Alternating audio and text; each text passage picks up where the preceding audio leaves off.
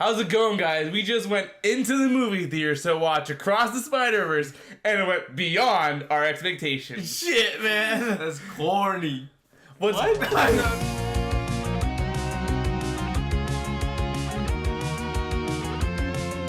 What's going on, guys? It's the What Do You Think crew, and we're back for a new movie review, Spider-Man Across the Spider-Verse. It's me, Omid. I'm Alvin. It's me, Amir, guys.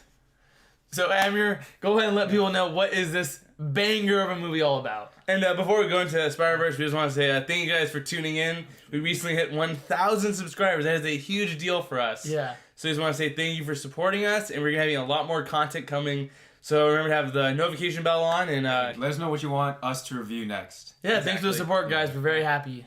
Exactly. And like you said, we were talking about Across the Spider-Verse. And if you don't know the story, it's Miles Morales is back.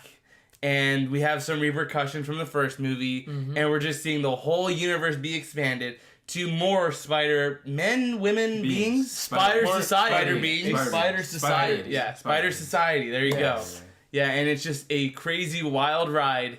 And we do have a new villain who is played by Jason Schwartzman. Yep. He plays the Spot, and we do have Oscar Isaac now coming into this franchise for the first time. He's playing Spider-Man 2099, Miguel O'Hara. Yeah. And we had to say this movie kills. This movie is really good. Banger, man. Yeah. As major Spider-Man fans, I'm just so happy. Like, Spider-Man fans and Miles Morales fans are eating so well. We're getting the new Spider-Man game. Yep. We're getting this. We got No Way Home. Like, there's Spider-Man fans are just living the best life they can be living, man. Yeah. It's really good. So I will say this. For Guardians of the Galaxy, I said that I wanted to watch it again. For Across the Spider-Verse, I need to watch it again. Yeah, there you go. Right? Like, there's so much going on with this. The animation is just so great. Every frame can be paused, and it's like a painting or a poster. Yeah. It's so artistic. The art styles is just so diverse. Yeah. The acting, the voice acting, some of the best. Yeah, chef's kiss. Because people were saying that about the first movie, like, oh, you can pause it, and it literally is a painting. Mm-hmm. This movie takes that and goes beyond that. Like, literally, it is so beautiful. Like, varying art styles for the universes. Yeah. Like, for people who know, like, anime or JoJo, they play with color theory. Like, in Gwen's universe, they're playing with color theory all the time. And that is awesome. Yeah. Like, when you see other characters from other universes, you see, like, oh, they're, like, concept art. Yeah. So it's like, this movie, oh, my God. Yeah. Well, there's really cool. Even there's a character who I saw yesterday that they actually rendered that character at different frame rates for different parts of his body. To kind of have different, like... for Daniel? For Spider-Punk. Yeah, cool. Yes, Hobie. So Spider-Punk, he's, like, rendered at different frame rates to kind of show he's, like, against, like, establishment. It's a little bit more chaotic. And it was just really, really good. And I didn't think they could top the animation and art style of the first movie. And I'm like, damn, when I'm just seeing it compared, I'm like... Spider-Verse, one hold my beer, man. Let me show you how to do it. Seriously, Across Spider-Verse is probably one of the prettiest movies I've seen in a very, very long time. For real. Yeah. Yeah, I am just speechless because the day we're recording this on Sunday, and I was telling them, oh, let's go and try to find it next Thursday, watch it again. Like, I cannot wait to watch it again. And even the soundtrack, I thought the soundtrack for the first one was good. This one is amazing by Metro Boomin. Like, man, god damn. Yeah, and I do want to say, no, there's going to be a comparison, like, oh, how does this, because this is the second chapter in this trilogy right now, and this is a Part 1 movie, in case you did not know that. I think it's better going in expecting. I think so. You're getting a pretty much a full story for sure, but I think so. It is not the complete story. It suffers from middle movie syndrome. I think it's like the Two Towers, it's Empire Strikes Back. It kind of... Yeah, because it has to like lift up, like it has to establish the new stuff, but it can't pay off everything just yet. And it sets up the continuing story. Yeah, exactly. But I feel like when some people are seeing it as like a Part 1, like it's nothing like Catching Fire Part 1. Yeah. Or like Deadly Hallows Part 1. This is still a full movie. Other than like the ending, they're leading up to what's going next. We still get the messages that are set up in this. I think are still paid off. Yeah. And man. So you heard our glowing reviews for this movie. I did want to go if anyone had any issues. One thing I did notice is this movie clocks in about 2 hours and 16 minutes, I believe. Yeah. And you do feel the length at times. I think particularly in the beginning, because there's essentially like two separate opening sequences before the movie truly starts, and then at the end, it almost feels like it has three possible endings. And it's like, oh, we're still going. We're still going. And we're going again. And we did like 3 more at a time. So that was the only thing I thought was maybe a tad long, and that was some of my issues. Because I agree with the ending. I think there were 3 different points in the movie. I said, I can see it end here, and then they don't. Yeah. The beginning, I didn't feel it too slow because it is, like you said, there are 2 openings, but movies do that just to set up the 2 leads, being Gwen and Miles. I think that was good.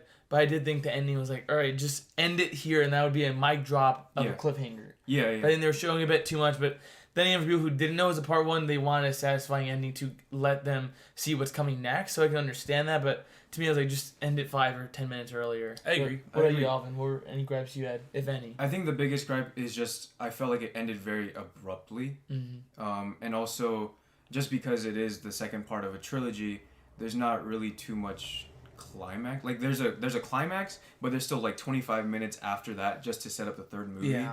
And I felt like you guys are right. Like, there are some pacing issues, but that didn't bother me too much. Like, it doesn't detract too much from my enjoyment. Right? It's just set up, and I hope this kind of makes Beyond just even more so. Like, they just use their screen time very efficiently for Beyond. Exactly. Yeah, if we had to have a slower ending for this movie so we can hit the ground running for 3, I'm fine with that. Exactly. It'll make for an amazing marathon. Seriously, yeah. It's just like once you are able to watch part 2, like go straight into 3, like how they did for Guardians, you're able to watch 1, 2, 3. Like I would want to do that if they had like that event where it's like, all right, watch all of the Spider trilogy. Yeah, I would love to do that. I would love to see that because I was telling them before we go into like our rankings that I can see people saying this is like the best Spider-Man movie, and like Miles Morales I feel like is our generation Spider-Man, because to me I feel like he's just so much more interesting than Peter Parker.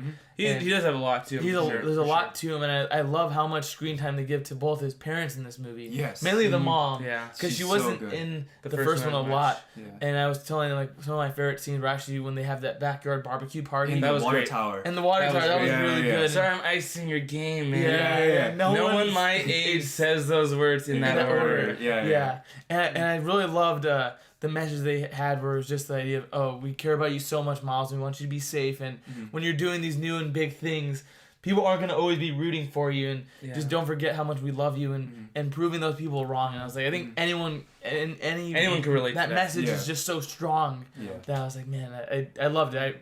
People can see themselves in Miles Morales, and that's great. Yeah, so I did see people say, is this the best Spider-Man movie? I personally don't think so. I don't think so. I think Into is still better, but like we said, it has the benefit of being one full movie, and like we're talking to Nick, he said, because it's an origin story, it does have kind of a established, proven formula to follow. The first one.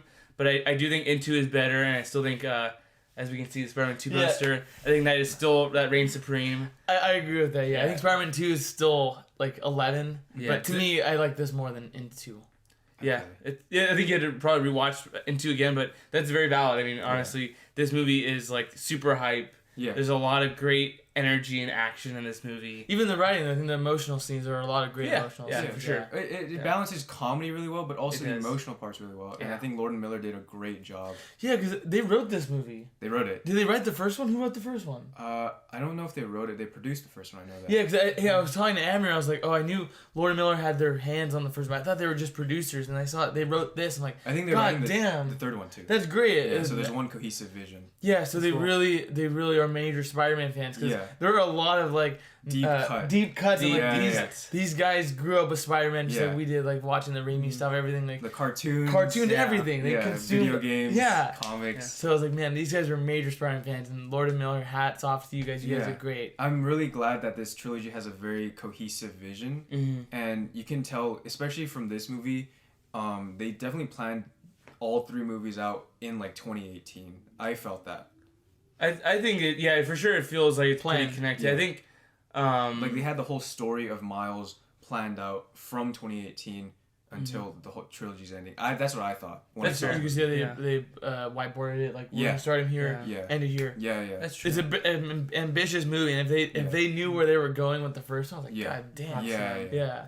One thing I will say too is there are probably gonna be a lot of Easter eggs in this movie, and I think one thing I would recommend is probably on your first watch, just stay focused in on the story, because there's sometimes I notice I'm so looking for Spider-Man. Yeah, I'm looking for all the Easter eggs. I'm like, oh shit, did I just miss like a good moment? So if this is your first time watching, I say just stay focused in on the story, because there's gonna be a lot of Easter eggs, a lot of videos that'll kind of go over those Easter eggs for you. Go along for the ride, really enjoy it. Because no spoiler, but remember that one Easter egg you was talking about? Was that real or was that fake? That was fake. There's no way that was real. Okay. Yeah. Shit. But it was good. It was good. All the other Easter eggs are good. There was a lot that people I could hear their jaw literally. It was great. It was Yeah. Like damn. Yeah. One in particular. Yeah. So is there any other thoughts we want to go into before we give our final rankings and final rating of the movie and ranking of Spider-Man movies? Ooh. I think I'm cool to do a ranking. Do you want to go first? For the ranking or the rating? We can give our rating and then I guess our ranking. Yeah, I guess final thoughts. Yeah. If you like Spider-Man as a character, if you enjoyed Into the Spider-Verse, you will love this one. I feel like there's I can't say a single bad thing about the movie. Just besides that, it is a part 1, so just keep that in mind.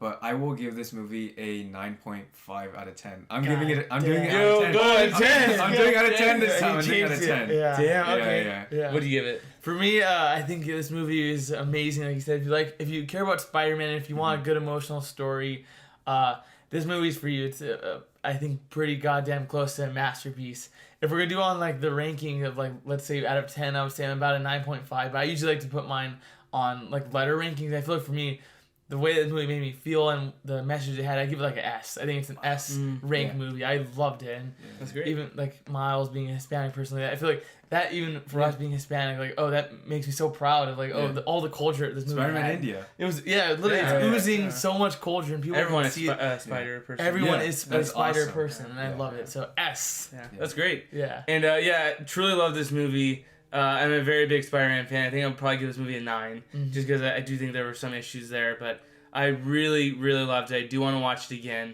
Like we said, the soundtrack is amazing. Like after we came home from the movies yesterday, we were just listening to that soundtrack booming. Yeah. And booming to Metro. Yeah, there you go. Yeah, so I give it a 9 out of 10. Definitely recommend a must watch. Could be probably my favorite movie of the year. I'll say that right now. I don't know if Flash and the other movies are gonna live up to this. Me personally, this might be my number 1 of the year. The other movies coming out this summer are going to have big competition. Because I think this movie's going to have a lot of legs. With the good word of mouth, this movie's going to make a lot of money. Also, it's going to be a busy weekend, maybe. Because there are Transformers next week, Flash next week. So I hope people are still going out to watch it if they haven't seen it. If you haven't seen it, give it a chance. Because I know if you love the MCU Spider-Man, that is very good. But I think this is the next level Spider-Man story. It's incomparable, I think. Yeah.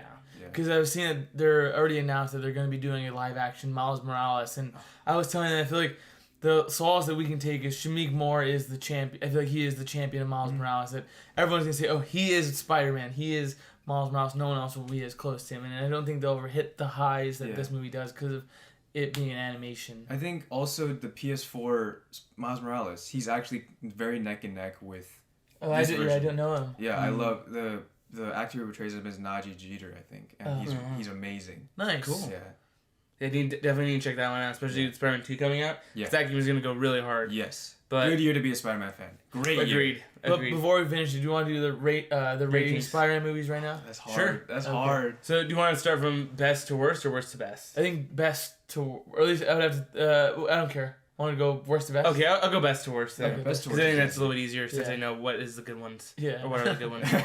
So obviously, I think number 1 is Spider-Man 2. Yeah. Number 2, I think, is Spider-Man 1. Number 3 is Into the Spider-Verse. Number 4 is Across the Spider-Verse. Number 5 is Spider-Man 3. Number 6 is No Way Home. Then I think Homecoming. Then Amazing Spider-Man 2, Amazing Spider-Man 1. And I don't count the Venom movies.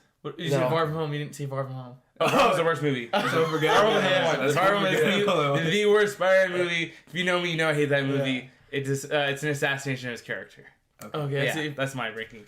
It's a good list. Good list. I think for me, my number 1 is still I think Spider-Man 2. I think the movie's untouchable. It is perfectly paced, perfectly written. Number 2 for me is Beyond the Spider-Verse. Across Across the Spider-Verse. The third one might be Spider-Man 2 Across the Spider-Verse.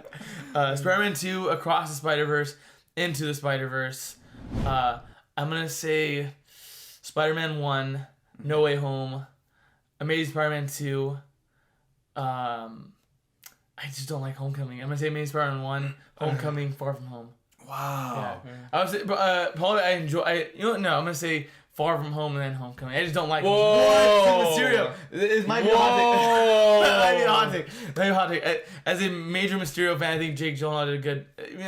Far From Home. They're both just shitty. I don't like Homecoming or Far From Home. But this dude's a hater. Oh no. This dude's No Way Home's good. No Way Home's really good. But No, Jesus. Because I know, I felt you kind of cringed a little when I said Spider-Man 2 is number 2. Or Spider-Man 1 is number 2. Because I put it above Into the Spider-Verse. Yeah. But that's an incredibly hot take that I don't like Homecoming Homecoming. is I the don't like worst. Homecoming. I think Spider-Man's too goofy and stupid. That's who he is. Jake Johnson says in this movie. You gotta be funny. Yeah, we're funny. No, Homecoming has issues, but it's not worse than Far From Home. Far From Home was terrible, but... Mysterio. And what do you think, Alvin? What's your ranking? Mysterio. No. Okay. Number 1, Into the Spider-Verse. Number 2, Spider-Man 2. Number 3, Across the Spider-Verse. Number 4, Spider-Man 1. Number 5, Homecoming. Mm-hmm. Number 6, No Way Home. Number 7, Spider-Man 3.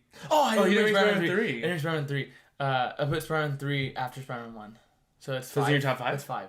I Wow. think. Yeah, Spider-Man 3 is good. Number 8, Amazing Spider-Man 1. Number 9, Far From Home. Number 10, Amazing Spider-Man 2. You think Amazing Spider-Man 2 is the worst Spider-Man movie? You know, we'll flip Far From Home and Amazing Spider-Man 2 because I think putting Peter Parker in Europe is the biggest mistake you've made. Like I that's agree. the biggest mistake to make to the character. Yeah, and also, they just made him such a dumb kid, but I don't want to go into a rant of that movie. I hate that movie. Yeah. But that's a very good list, and I think what's just so interesting is, like, all of our top 5s are essentially very similar. Yeah, just different order. Yeah, different order. I think you had Homecoming in there versus I had Spider-Man 3. Mm-hmm. You had Spider-Man 3 in your top 5 as well. Yeah. Yeah. But, Spider-Man movies are very good. If you're a Spider-Man fan, you are eating very well. Let us know if you guys have seen the movie. Bulking season. Exactly. We were bulking on Spider-Man content. Yeah. So if you've seen the movie, let us know in the comments below if you liked it. What is your Spider-Man ranking? What is your favorite scene? Your favorite Spider-Man person? We gotta know. Yeah. Let us know in the comments. Yeah. And it's been me, Amir. It's me, Omid. I'm Alvin. Have a great one, guys, and see you on the next one. See you guys. Yeah.